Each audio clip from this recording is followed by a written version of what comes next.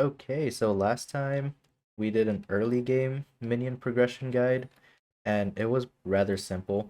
It was just get as many minion slots as possible because that's honestly what you should be doing early game if you want to progress with minions. Just get as many slots as possible. You start out with 5, you get free slots from I forgot what it was called, the community center shop or whatever. And well, if you can make tier 4 minions, and they are really cheap. They really are cheap. As many as you can make tier 4. I mean, look at this. You cannot tell me that's not cheap. Especially for early game players, that is still dirt cheap. Obsidian, that's still really cheap. We go to like a mob minion, something that they can access right now, like skeleton, tier 4, that's really easy to get. So tier 4, you should like have a good amount of minion slots. And once you do, then mid game is gonna be probably the hardest part of minion progression because mid game you're going to be doing a lot of stuff in mid game. It's not just minion progression. You're going to be doing dungeons. You're probably going to be grinding skills, mining, farming, just skill grinding, skill grinding, getting as much money as possible. I don't know why these signs are still here. This was really old. Let me get rid of this. Okay. Let me get rid of that, please. Okay. This will still stay here. But yeah, you should have a good amount of minion slots by now if you're in mid game, and if not, I would suggest you just craft as many tier 4s as possible, and if possible, maybe even tier 5, because tier 5 really isn't that expensive either. It's literally just one enchanted of whatever you're doing, for most of them. Emerald, as you can see, very cheap. It's really cheap, actually. Lapis, this is still cheap, because when you mine Lapis, you get a lot of it. So it's still relatively cheap to go to tier 5. So if you want to go above tier 4 as an early game and go to tier 5 for whatever, how many minions you're doing, then good for you. But for mid game, you want to prioritize basically maxing out your minions by literally just leaving them here.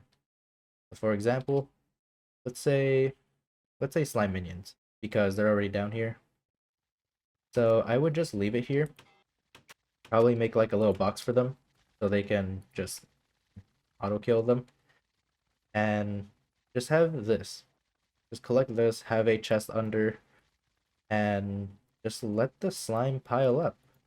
You have a super compactor, you have some kind of fuel. I guess mainly like enchanted lava buckets, since they're basically the most useful in a way, because it's only a one-time purchase, really cheap as well. So as a mid-game player, you should be able to afford a few enchanted lava buckets. So put this in fuel, maybe put something here to speed it up further. Minion expanders are not really that expensive. And that's a whole 5%. May not seem like a lot, but it does make a difference. So minion expander, or even diamond spreading actually. Diamond spreading and super compactors. You put some kind of chest down here. Medium chest, large chest, whichever one you want. And you just let them pile up. You want to have a few different minions. You don't want to have all your minions be different. Like, let's say you have one slime, you have one emerald minion, one spider minion, one like sugarcane minion, and then the rest is your money minions. So, for example, snow. You can have like maybe 10 snow minions, and however many minion slots you have left is how many like minions you're gonna be working on at the same time. Which means, like for example, I have, well, I used to have a single gold minion just working right over here. A single gold minion because one, I really wanted collection. Right here, as you can see, I maxed it out. I maxed out collection. I was able to get gold 11, not gold 11. Oh yeah, gold tier 11. I was thinking about the collections, but gold tier 11 just from this. So, little area, put your minion here, let them sit here for however long you want. It's really not that difficult because they do all the work and you're free to do whatever you want. Of course, you can always have full setups. You can always just invest a lot of money into minions, which is also something you can do. You can just buy the materials off the bazaar because pretty much everything is here. And just upgrade minions. So, as a mid game player, I would say you should at least have 20 minion slots. Or even better, if you can manage to get like 25 minion slots somehow, 22, 23, just around that number. I have 28 right now. Yeah, I think 20 is not that difficult for a mid game player. So around 20 slots, that would be pretty good. You can have 15 money making minions. So like 15 no minions, 15 clay minions, maybe even 15 slime minions, 15 sheep minions. There's a lot of minions you could do. So yeah, you could have that many money making minions, and whichever one you have left over, go ahead and place down whichever collection you want, whichever one you want to upgrade. So do I have an unfinished minion? Right here, glowstone. So if I actually had a slot open, if I actually did have a minion slot open, which I don't, I have all 28 on slime, I would go over here. I would put down the glowstone minion. I would grab a diamond spreading and a super compactor. Or just a super compactor and just go for pure speed. And just straight up let them do the work. Because it's just gonna sit there. You can log off for like a week. And it will still be gathering all the glowstone for you. Because as you progress further, let me look at a minion I haven't done yet. So, right here. I have not finished Obsidian Minion for whatever reason. I've done up to tier 8. So I would honestly rather buy it because I have the money for it.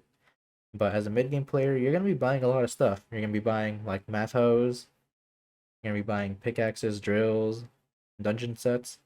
So if you can just leave it here, just leave your minion just working on its own, it will gather all of these materials on its own, and you can upgrade them for basically free. And that's essentially mid game. You want to have 20 minion slots at least, 22, 23 if you really want to work on minions. For late game, well, that'll be next time. But in short, for late game, just spend your money. That's basically what I'm gonna be saying. So yeah, late game you should be able to spend money. You should be able to burn through money. But other than that, mid game, you should just be getting more minion slots. Try to have a way to make minions a profitable way to make money because they are very profitable. As you can see with my slime minions, even after the nerf, they are still really good. But there's also another option you can do, and I'm not gonna stop you if you want to do it, and that is just having different minions. But you need to have multiple of them to make use of it. So for example, these zombie minions, if I had like 20 slots, I would put 4 zombie minions down, maybe 4 of these magma minions down, 4 of these potato minions, and just keep stacking because multiple minions means you can also make a profit out of them, possibly, and you get materials faster. Also, you want to focus on just one minion because, again, slots. You want slots. This is a lot of minion slots. Once you start getting in the 20s, gonna get really expensive and very difficult to get more minion slots. So 20, if you're a mid-game player, is honestly pretty good. So for now, hopefully this helped, because I can't really give any more tips than that. It really is just minion slots. That's the whole key. Without minion slots, you can't really do anything. When I was a mid-game player, I'll be honest, I was not very invested into minions. I did have 5 by 5. I did have 25 slots, but I didn't really invest anything else.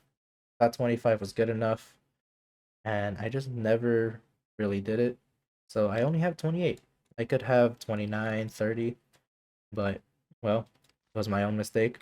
And, well, I could be making more money right now with my slime minions.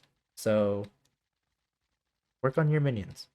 Don't slack on them, because they are very useful in the long run.